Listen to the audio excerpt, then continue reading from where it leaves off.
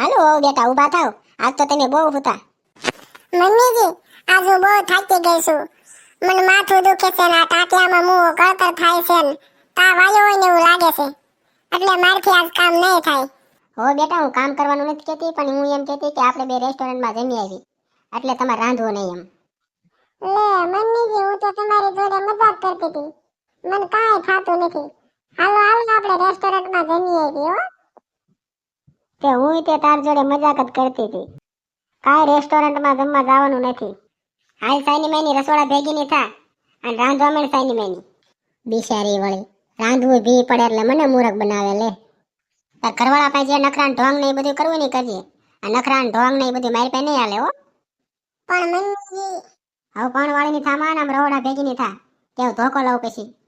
એ નાના મમ્મીજી, એવું ન કરતા. હું જાઉં છું રસોડામાં.